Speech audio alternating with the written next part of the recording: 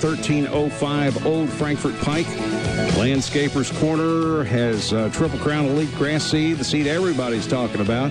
Available in 5, 25, and 50-pound bags, 225-9433. Forensic Friday means American DA Live is on the air. Commonwealth Attorney Ray Larson joins us. Good morning, Ray. Good morning, Jack. We've got a local case here this morning. Tell us who you brought. Who are our cast of characters this morning? Well, Dan Larson has been on with you a lot of times. Yeah, I'm getting tired of him. Yeah, well, yeah. You're morning, Dan. How you doing? I was going to say it's good to see you again. But not now, huh? Okay. Yeah. And he was the prosecutor in this attempted rape case. Leah Anderson is a detective with the Lexington Division of Police. Morning, Leah. Morning. Thanks for coming. And, of course, Mary Houlihan is here. Victim's advocate. Yes. Good morning to Mary. From our office. And this is a very, very interesting case that happened, almost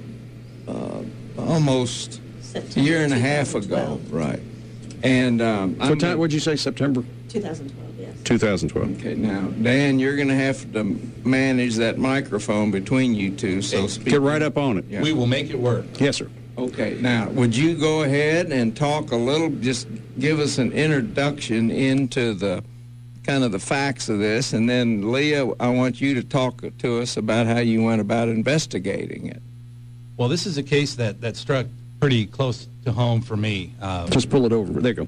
Based on my own college experience many, many years ago, and now that I've got some nieces and nephews that are heading off to higher education, you know, I remember safety briefings, and when I lived in a dorm, the RA would tell you, don't walk alone on campus, be careful of your surroundings, and that sort of thing.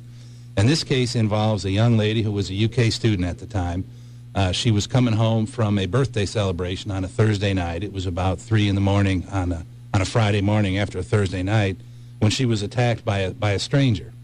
And in a very uncommon and impressive way, she defended herself, injured the stranger, who was, through some very good investigation, identified, arrested, and charged with the crimes of assault and attempted rape. So probably the best way to start this is to have Detective Anderson talk about how she got the case, the information that the police had, and how they went about identifying the suspect. Leah? We received the case. The victim had been transported to the hospital. She had sustained a severe laceration to her arm. However, in the process of defending herself, she believed she had also cut the suspect because there was a blood trail as he ran off from where she was found. Where was she found? Where this? It was on Maxwell Street. It was on East Maxwell Street. Actually, she was attacked right in front of Mickler's Flower Shop. Okay.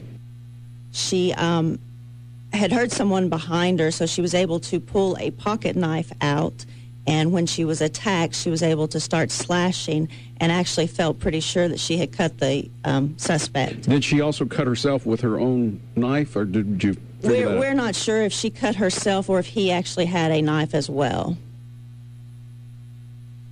But as there were blood drops on the sidewalk in the area where the suspect ran off, so we knew that he had been injured. So our forensic services unit was able to collect samples of those drops and collect the victim's knife as well. The media had gotten a hold of this case and had put it out there.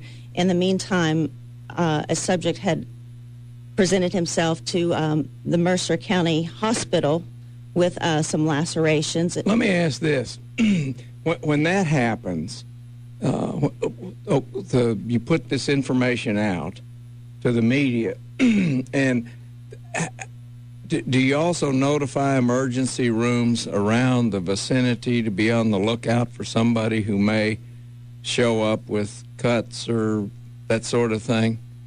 Not normally, I don't know. I see. So how did the Mercer County emergency room get in touch? How did they know? Well, they were very observant. They had seen the news media, the story from Lexington, and when the suspect presented himself at the hospital there, they felt his story was somewhat suspicious. What did he say? He said that he was on his way to work about the same time of the morning, 3:30, and he had stopped to help a motorist change a tire, and after helping that motorist, the motorist attacked him. You know, this is a good example, Ray, of how the media can be very helpful, and sometimes it can be really annoying, too. It can kind of get in the way.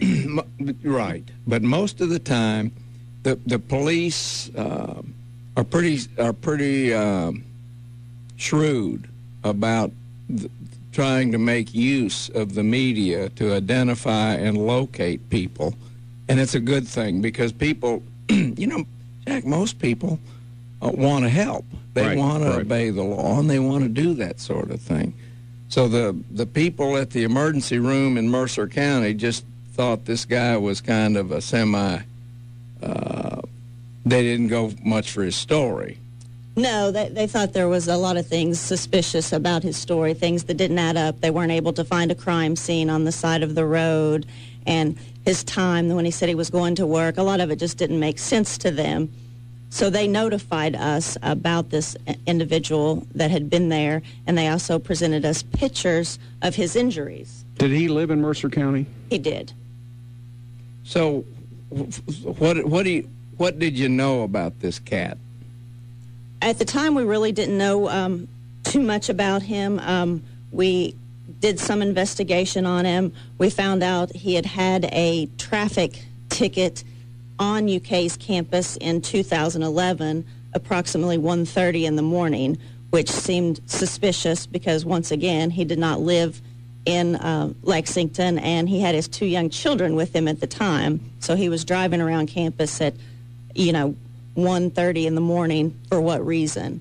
Also, there had been a stop or an inquiry done on the tag of his car in 2009 from Fayette Mall, where someone driving his car, he was never identified specifically, but someone in his vehicle was exposing themselves to people at Fayette Mall. So there was just a lot of red flags that came up upon. Okay, so you're assigned to this case, so why don't you tell us what you do when you get this information from the Mercer County emergency personnel? We set up an appointment. We asked the Mercer County sheriffs to ask the suspect to speak with us and tell us his story again. At the time, we weren't sure what we had, so possibly he could be a victim as well as our victim, since both of them were cut. And he agreed to do an interview with us. So we went to the Mercer County Sheriff's Office and interviewed him there at that point. He gave us the same account that he had given them, that he was just on his way to work and helped change a tire, and that was all he knew of the case. Where did he work? He worked for Clark Distributing and Versailles, which it's... I don't want to get ahead here, but I'm going to probably. When he's a suspect, do you get a picture of him and show the victim? No, we didn't actually show her a picture of him. She could not identify him. She couldn't, okay. She had a vague description of him, but she could not identify him. So, which is a reason we didn't attempt to do a composite or anything with her. She just okay, so a composite. Tell us, what is a composite? A composite is a sketch of a suspect provided by the victim's recall. Now, you all have... you don't have an artist do that. What you have is a software program that allows you... I didn't know that. On TV, they have an artist. Or they used to. Well, that's showbiz. Okay. Yeah. I didn't realize that. They do it on computer now, huh? Yeah. See, Jack, and you pick out noses and eyes and hair and what have you? Yeah, well, we don't be picking noses. But yeah. So that was cat-like. That was good. That was fast. I got to give you credit for that one, buddy. Cha-ching. Okay, Leah, tell us about how you go about making a composite, although you didn't in this case. No, we didn't in this case. When we have a suspect that has gotten a good look at a victim that's gotten a good look at the suspect, we bring them in and walk them through the event again, and we build a face. We start out with a generic face, and we build a face based on their recall, feature by feature. For example, if they have glasses, there's part of it that you can put glasses on them. They've got bald head like me. then you can do that. If they got big ears like Obama, you can do that too, right? We can. Okay, we're going to tell you, even though you didn't do it in this case because she didn't get a good look at him. All right, we're taking a break. 253-5959. Touch star 590 from AT&T. Toll free from anywhere. 1-877-777-0590 or email jackpatty@wvlkam.com. 19 minutes after 9 o'clock, and that is time to get the highest price for your scrap gold at the Castle Discounters of Diamonds and Fine Jewelry. Here's the forecast. Becoming partly sunny, high in the upper 40s to around 50 today. Partly cloudy, lows in the low 30s for tomorrow. Partly sunny, highs in the low to mid 50s. And on Sunday, cloudy with a chance of rain or a rain-snow mixture and a high of about 40. Right now we have partly cloudy sky. It's 39 with a wind chill of 30 at your official weather station, News Talk 590 WVLK. Some of you folks may have experienced some damage to your trees and vegetation at your home last night because of the wind. Perhaps you've also experienced that same kind of thing over the winter with all the ice and all the things we've had. Nature's Expressions want you to know that they can help with that. And as a matter of fact, Dave Miller from Nature's Expressions just a few days ago did a local interview on one of the TV shows, one of the morning shows, about how the winter has affected people's backyard. And he can give you solutions in overcoming significant losses in your landscape if you'll call them over at Nature's Expressions. The first thing we want you to do, though, if you have some sort of an idea for what you'd like to have in your yard, something special this year, maybe you're going to go ahead and do that water feature or even something as big as an in-ground pool, go to the website. Two ways you can get there, nei-lex.com. NEI stands for Nature's Expressions Incorporated, or easier to remember, KentuckyBackyard.com, and just take a look at some of the beautiful work that they've already done. And then give them a call at 885-0015. One of the folks from Nature's Expressions will come to your house, and they'll sit down with you at the kitchen table over a cup of coffee and see what you have in mind, put together a great plan for you, and then get it done. It's going to be a matter of just a few weeks before the weather's going to warm up permanently for the summer. And you need to get this thing hopping right now. Nature's Expressions, you can ask anybody that's done business with them. They are simply the best. And I couldn't more heartily recommend them to you. 885-0015. Also, you can follow them on their Facebook page, Nature's Expressions. Looking for the perfect one-of-a-kind gift item? Look no further than Artique, voted the nation's top retailer with handcrafted jewelry and gifts. Because if it's unique, find it at Artique. Located in the mall at Lexington Green and the downtown Lexington Center shops.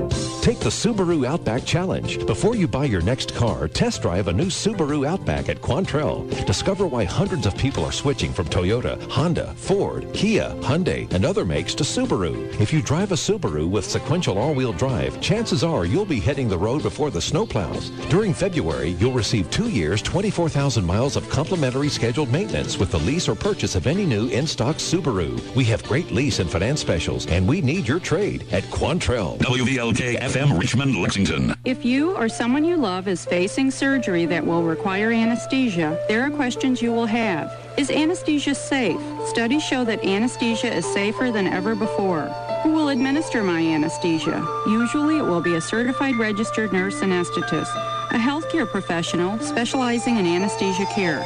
For a free brochure on the anesthesia process, call the American Association of Nurse Anesthetists at 847-692-7050. Hi, this is Fran Tarkington, NFL Hall of Famer and CEO of GoSmallBiz.com. I know a thing or two about winning football games, and over the last 30 years, I've tackled business the same way, building 20 successful companies and helping hundreds of thousands of entrepreneurs along the way. I started GoSmallBiz.com 16 years ago to provide small business owners the resources and help they deserve. Every day, business owners turn to GoSmallBiz.com for unlimited consulting to help them make more profitable business decisions, software tools to manage their business, training to make them smarter, and exclusive business coaching from me, Fran Tarkington, to give them the winning edge. Find out what more than 47,000 of your fellow entrepreneurs already know. GoSmallBiz.com is your resource for running and growing your business. Visit GoSmallBiz.com today and use coupon code FRAN to save 20%. GoSmallBiz.com, where small business goes to win. I'm Jack Patty. Join me Wednesday mornings for the Kentucky One Health Medical Minute on News Talk 590 WVLK. Each Wednesday, we'll meet a local medical expert to talk about the topics that matter to you. If it's related to health and wellness, we'll discuss it. Wednesday mornings at 7:50.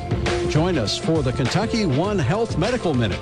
Wednesday mornings at 7:50 here on News Talk 590 WVLK. Listen to News Talk 590 WVLK live anywhere, anytime at WVLKAM.com. 924, News Talk 590 WVLK. We are back. It's a local case that occurred in, was it September of 12? Yes. Yeah, September of 2012. Young woman walking along Maxwell Street. She heard somebody coming up from behind her, which sort of got her attention, so she took out a knife just in case, and as it turned out, this guy did try to attack her, and she got him pretty good. I just saw the pictures of his injuries, and it was pretty good lick with her knife. Yeah. Okay, so where are we now? Okay, Leah, so was there DNA involved in this?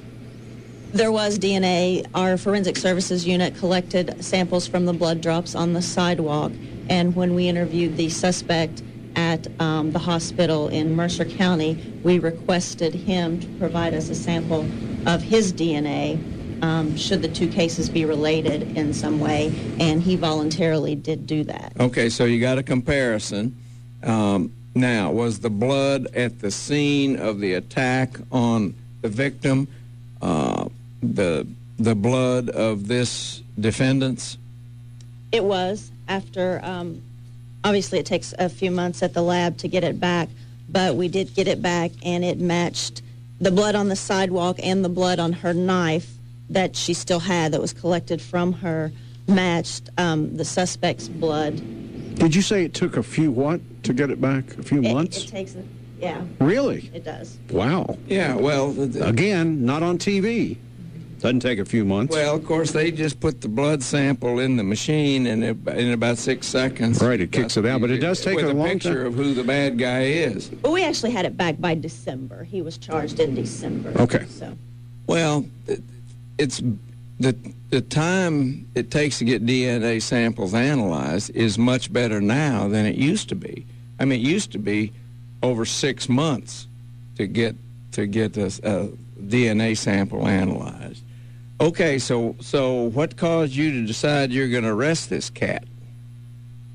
Based on the DNA, the story he had originally given us, a baseline story that he was nowhere in Fayette County at the time of the assault, that his injuries occurred through attempting to help a motorist. So based on the DNA match, which was his profile matched the DNA, the frequency was 1 in 3.6 quintillion. So there was no... That's pretty it's good. Him. It's him, yeah. Now, you said he had children. Was he married at the time of the assault? He was married and had 2 small children at home, yes. Okay. So, what's this guy's name? Christopher Releford. All right. And tell Leslie is how we will call our victim in this thing. Is that fair? Okay. Now, Dan, so we got an arrest made, and tell us what happens from this point on. Now, pull that mic over. All right. Well, our first step, the case went through district court. We were not really involved in that. It came to us charged as attempted rape and assault in the 2nd degree. And the first thing I did... Let me ask you this. How do you... attempted rape, what does that mean? Well, basically it means that the suspect took a substantial step to commit the crime of rape, and that would have been a question at trial. Okay, tell us what did he do that would support that charge? In this particular case, some of the physical evidence that was recovered included the victim's underwear, which had been torn in 2. And the victim's statement was that he knocked her to the ground, attempted to take her underwear off. He actually got them off. He tore them off. The police recovered part of it in the bushes, in addition to the fact that he was attacking her in that area. And then at that point, she produced a knife, defended herself, and drove him away. Okay. Tell me about the injuries to him. He had a puncture wound right kind of at the base of his neck, a slash on his face that was visible in the photographs, and then a slash across his chest. he left a fair amount of blood at the scene and a blood trail going back down Maxwell around, I think the name of the street's Aylesford, maybe? Arlington, okay. But indicating that he had parked his vehicle some distance away and was running back toward it to flee the area. Okay. The assault, she told the EMTs and the doctors that she thought she may have cut herself. There was none of her blood on her own knife. She had a significant injury, too. I believe it was her right arm. But our theory going into the case was that by initiating the physical confrontation, the defendant was responsible for the injuries that were produced. We don't know if he had a knife or not. We'll never know that. But she was injured, he was injured, and she described, I think her words were, "I think I got him," and she thought that he would have a puncture wound, and she had slashed him significantly, and as it turned out, she did. Well, she came to the office, and was one of the most delightful young women, and a tough young woman. And she met with Mary and Robin Anderson for a while, and Mary talked to us a little bit about the victim. Well, Robin Anderson, like you said, was actually the victim advocate on this case and worked with the victim. She's a young lady.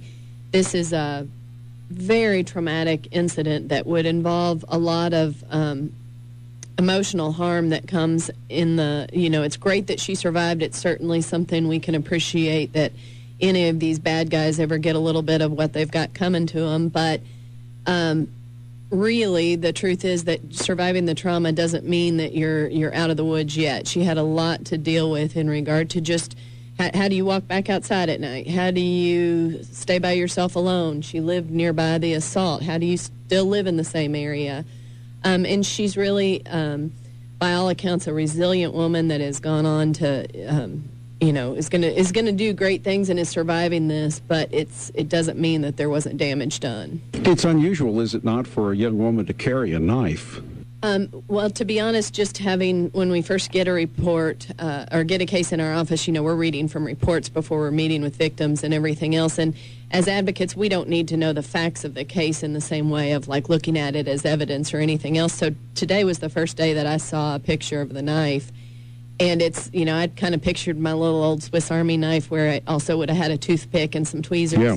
This was a bit more of a knife, and I'm just thrilled she had it, that she got it out, and that she was able to defend herself, because God only knows what would have happened if she hadn't had that knife. We're taking a break. 253-5959, touch star 590 from AT&T.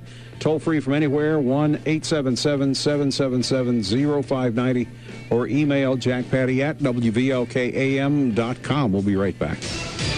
The news you expect, the balance you've asked for. News Talk 590, WVLK. Depend on it. Good morning from the News Talk 590 WVLK Handyman Connection Information Center. I'm Scott Johnson. Here's what's happening. Ukraine's presidency says a deal has been made with the opposition to end the violence in the capital and elsewhere. It was unclear whether the deal would appease protesters, though. Shots rang out this morning in central Kiev.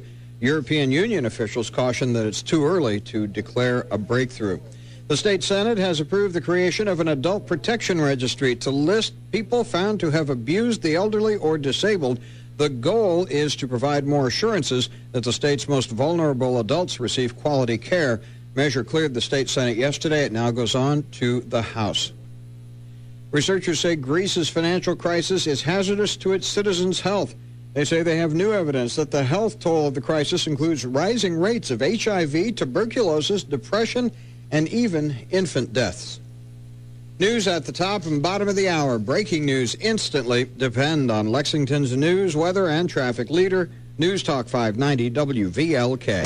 We'll end up cooler, but mostly sunny Friday. Highs in the upper 40s with a gusty west wind. Mostly clear, colder tonight, low to mid-30s. Tomorrow, partly sunny, still breezy, but it's a southwest wind. We should top out in the mid to upper 50s Saturday afternoon.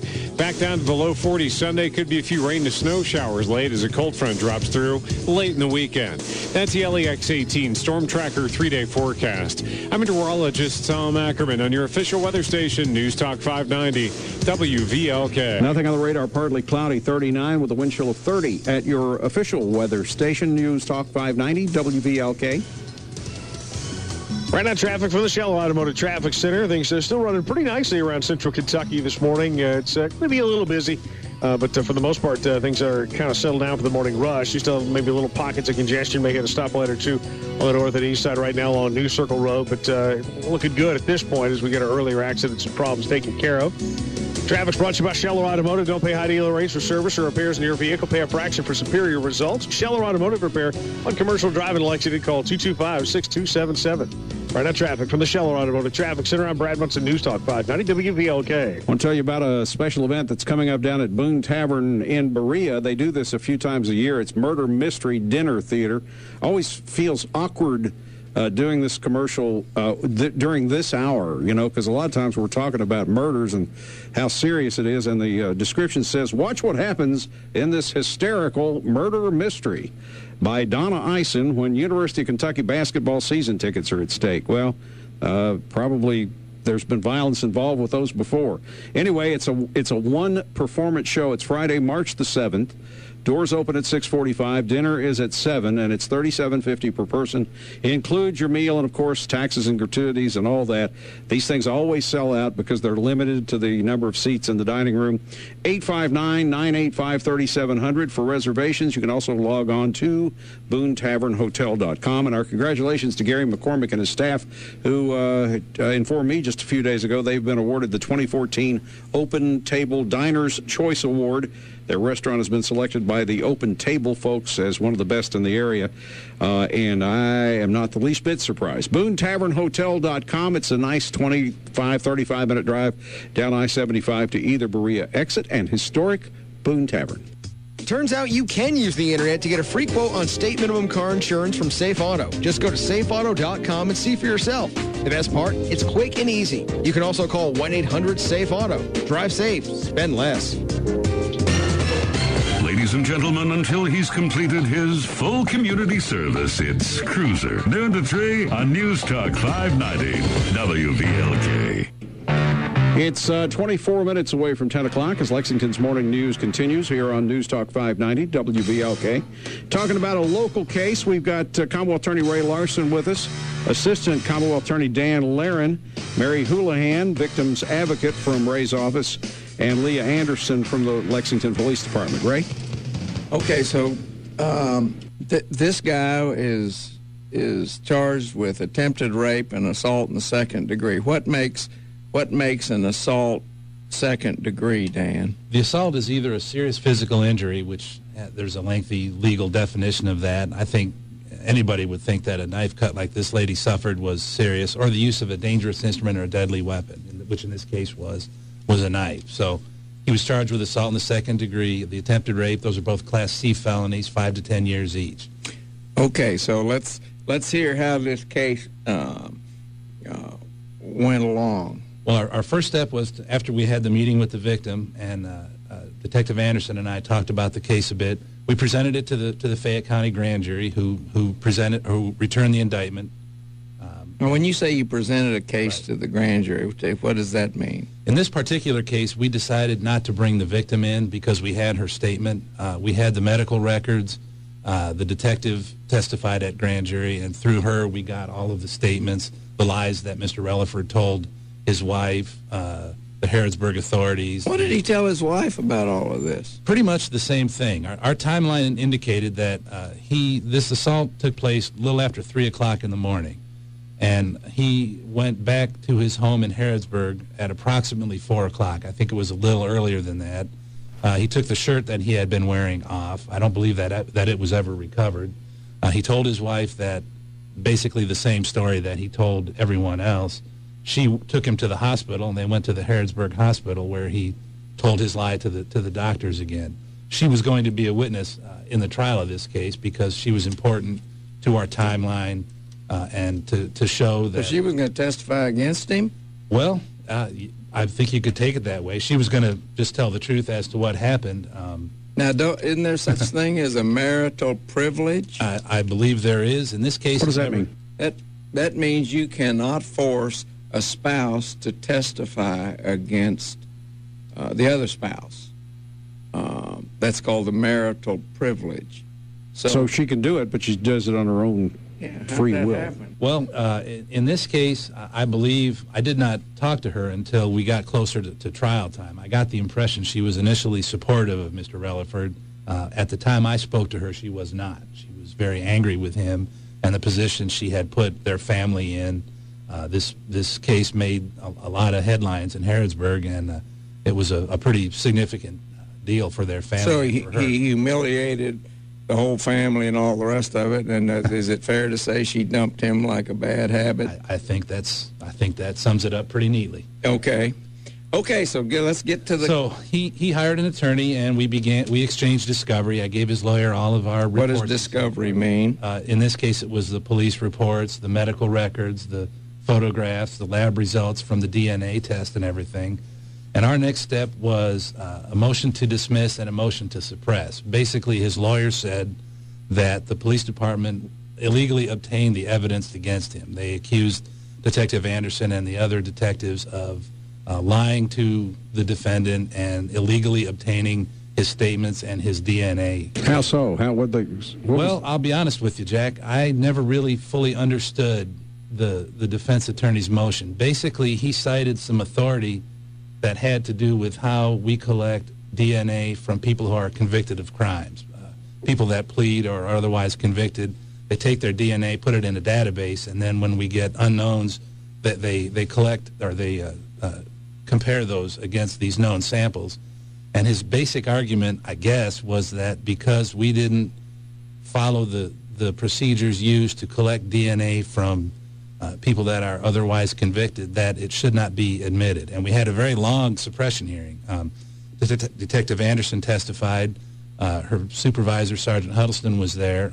Captain Scott Elder from Harrodsburg, the sheriff's office, testified, did a very good job.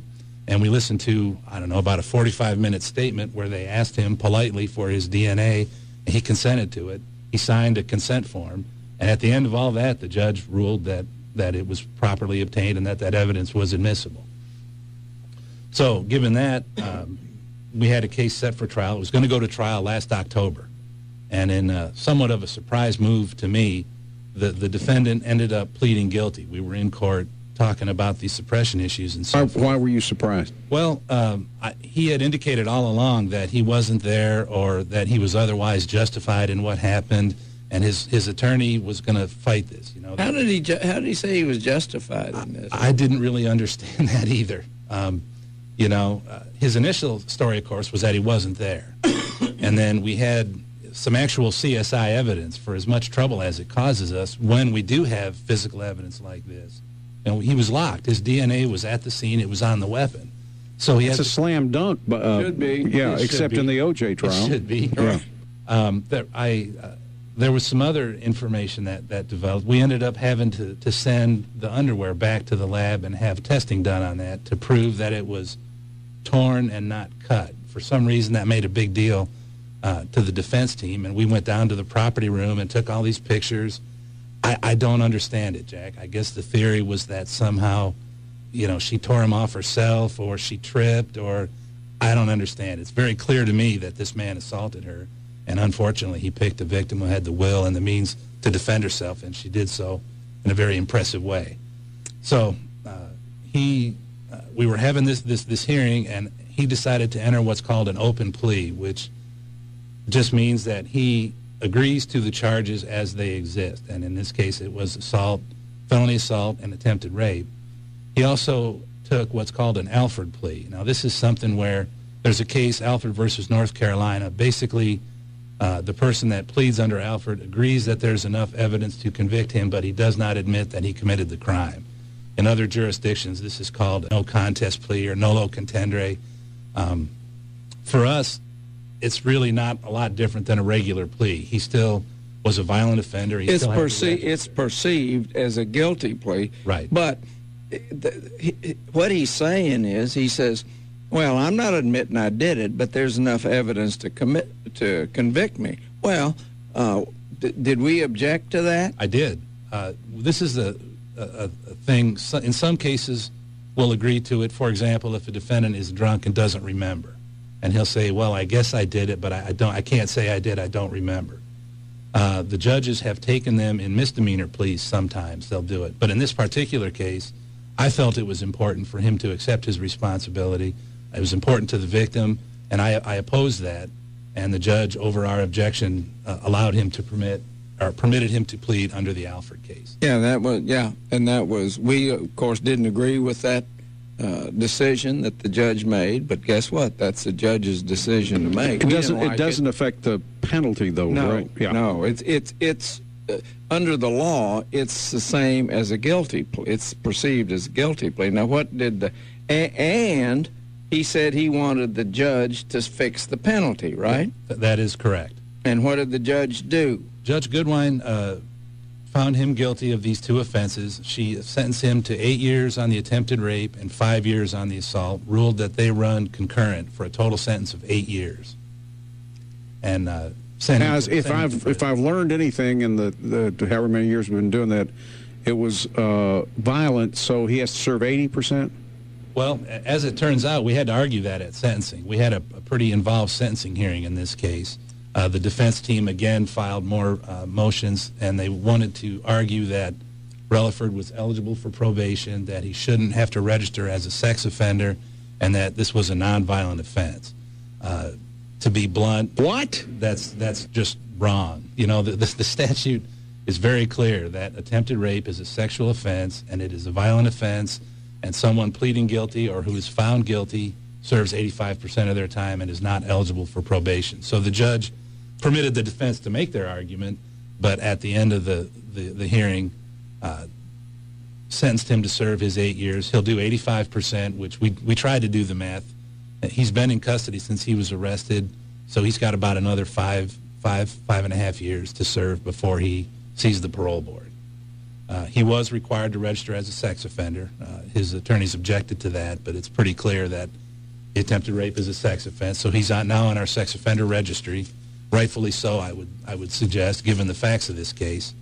And I checked yesterday. They have not done the calculation for his parole eligibility yet. And this morning, he's still at the Fayette County Detention Center. They haven't shipped him out yet. All right, we're taking a break. 253-5959, touch star 590 from AT&T. Toll free from anywhere, 1-877-777-0590, or email jackpatty@wvlkam.com. 9:46, 14 before 10. That's time to get the highest price for your scrap gold at the Castle, discounters of diamonds and fine jewelry. Becoming partly sunny today, high upper 40s to around 50. Tonight, partly cloudy, a low in the low 30s. On Saturday, partly sunny with a high in the low to mid 50s. And on Sunday, cloudy with a chance of rain or a rain-snow mix and a high temperature of 40. Checking the radar, partly cloudy. We have no precipitation. It was partly cloudy out there, 39 with a wind chill of 30. At your official weather station, News Talk 590 WVLK. If you didn't get your college degree after high school and now you find yourself in a situation where you need it, whether you're trying to advance in your chosen career or maybe you're changing careers, Midway College in their Lexington location, which is over in Hamburg, has a real nice opportunity for you folks to take a blended accelerated format program. Blended means you only have to attend class one night per week in person in the classroom, and the rest of your coursework you do online at your convenience. And accelerated meaning they put you on the fast track to getting that degree. And just to give you an example, they offer a business administration program, and through this accelerated format at Midway College, you can get your degree in 20 months. Now, it's specifically for folks who have responsibilities, jobs, families, a lot of cases children, but they need that degree to further their career. So if it looks like something that might be of benefit to you, stop by and see them. They're at the corner of Sir Barton and Old Rosebud over in Hamburg. You can call them at 1-800-NEW-CAREER, 1-800-NEW-CAREER, or log on to the website, midwayworks.com. It's Midway College and the Lexington location. Hi, folks. Sue Wiley here. Are your sofa and chairs worn out after only a few short years? How disappointing. So why not buy new upholstered furniture that may last for the rest of your life at Perry's American Furniture Gallery? Its upholstered furniture is not just beautiful, it comes with a lifetime warranty on the wooden frame, the coil springs, even the cushion material. And Perry's has over 700 fabrics and 50 leathers for you to choose from. It normally takes only 3 to 5 weeks for your wonderful new furniture to arrive. Perry's American Gallery, 1178 Industry Road, or perrysgallery.com. Your tax refund puts you in the vehicle of your dreams at Auto Plaza USA. Don't dread tax time. Make it drive time. Put that tax refund to good use. Get to Auto Plaza USA in Nicholasville and experience the Auto Plaza Advantage, the home of the lifetime motor warranty, where every vehicle is thoroughly inspected in our state-of-the-art facility. And every vehicle comes with a 72-hour exchange policy. If you don't like it, bring it back within 72 hours and exchange it for a like vehicle. That's the Auto Plaza Advantage. Auto Plaza USA will do whatever it takes to get you into your next vehicle. Auto Plaza USA carries cars, trucks, vans, and SUVs. Don't drive all over town. Come to Auto Plaza USA. They have a huge selection of quality pre-owned vehicles. Many makes and models. Your tax refund is your down payment. Come to Auto Plaza USA for straightforward dealings. Auto Plaza USA, 3.5 miles south of Man-O-War on Nicholasville Road. Call 885-1111 or visit us on the web at autoplazausa.com.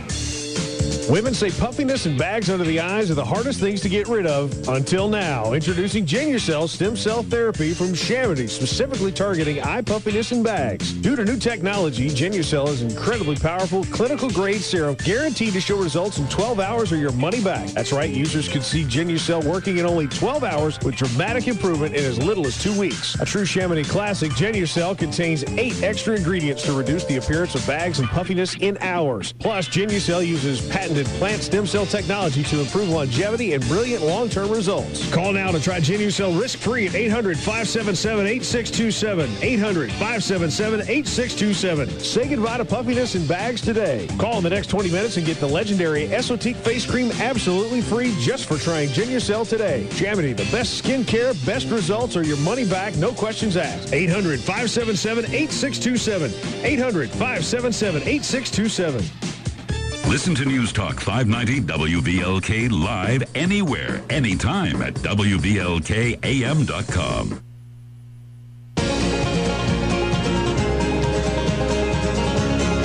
10 minutes before 10 o'clock and 253-5959.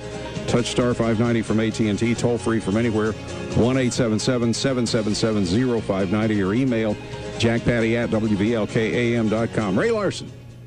Okay, Dapper Dan, tell us about how so this case was resolved as you've described, 8 years in the Super Slammer. Yep. And now tell us about how did the Leslie deal with this, the victim? Well, I stayed in pretty good contact with her, mostly through email, but I talked to her on the phone as well while the case went through. We always try to keep our victims up to date when, like the suppression hearing was and all that. I explained to her what happened with the plea, and she was okay with it. She was ready to testify. We find a lot of times in cases, especially that involve sex crimes, we have a hard time. Victims, they don't want to come forward and talk about it in a court of law or in front of strangers. It's embarrassing, and I understand that. She was very impressive from the get-go. I mean, she was a bright, articulate, strong young lady, and she was ready to go to court, and I have no doubt had a jury listen to her testimony and then listen to whatever it was the defense attorney was going to throw up against the wall to see what would stick. They would have convicted this guy, and he probably would have done worse than 8 years. But I talked to her about the plea. She was okay with it. She came to the courtroom for the sentencing hearing with her family. There were a number of people in there. The defense had some supporting people with him, a family that I think got kind of loud and obnoxious after the sentencing was. Detective Anderson was there as well, and we made our arguments. The victim declined to testify, or not testify, but speak. She was in the courtroom, but decided that she didn't care to really talk about the case when we had the sentencing hearing. I did contact her to come to the show today, and she was originally going to come and talk about her experience, but she had some personal issues and some things with school and so forth that she couldn't make it. But I just wanted to reiterate what Ray and Mary said about her. She was a very impressive, bright young lady. I believe she's graduated from UK, is going to be heading off to grad school, and we'll probably read about her in the news someday. Say I never win. It's good. Leah, you did an excellent job on this, but it as Jack said earlier, it's a good example of how the media can be of assistance in dealing with many cases. Jack, you are a social media guru, and as a result, we talk about pictures here and that sort of thing. And one of the things that we do is, as we go through these stories on Forensic Friday, we send Instagrams out. And we've done that today, and people that are participating in the show, as well as the photographs we've talked about of the defendant and the injuries he suffered during this attempted rape and assault, are on Instagram. And if anybody wants to, they can go to Ray the DALEX on Instagram to see those. We're going to try to figure out how we can post them on your Facebook account. And one of the things Mary wants desperately for us to say is next Monday the 24th, is the Glendonna High parole hearing.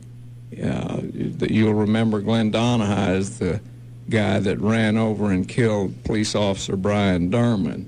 And we have, because the parole board has limited the number of people that they'll allow Brandy to bring to this parole hearing, victim parole hearing, that she put a petition up. And we are now at almost 12,000 signatures. Online, right? Online, yeah. And we would like anybody that's interested to go to our website, which is LexingtonProsecutor.com. LexingtonProsecutor.com. And if you want, go there and sign the petition. It just takes 5 or 6 seconds to do that, but we're very interested in people in the parole board understanding that just because they've limited Brandy to 10 people, there is a huge outpouring of interest in that case. Okay. So that's... Leah, is there a place in helping stop crime in social media, in your opinion? Yes, I believe there is. Obviously, this case is a prime example. Everything just kind of fell into place for us. It was a collaboration of effort from surrounding law enforcement. Our forensic services unit did an excellent job collecting the evidence. The media got the case out there very quickly. KSP Lab got the results back very quickly. Everybody just working together helped everything fall together for this case. Thanks for being here. Thank you. Thank you, Dan. Thank you, Mary. Thank you, Ray. Update from ABC. If you're listening to WVLK AM, stay with us for Live with Lee.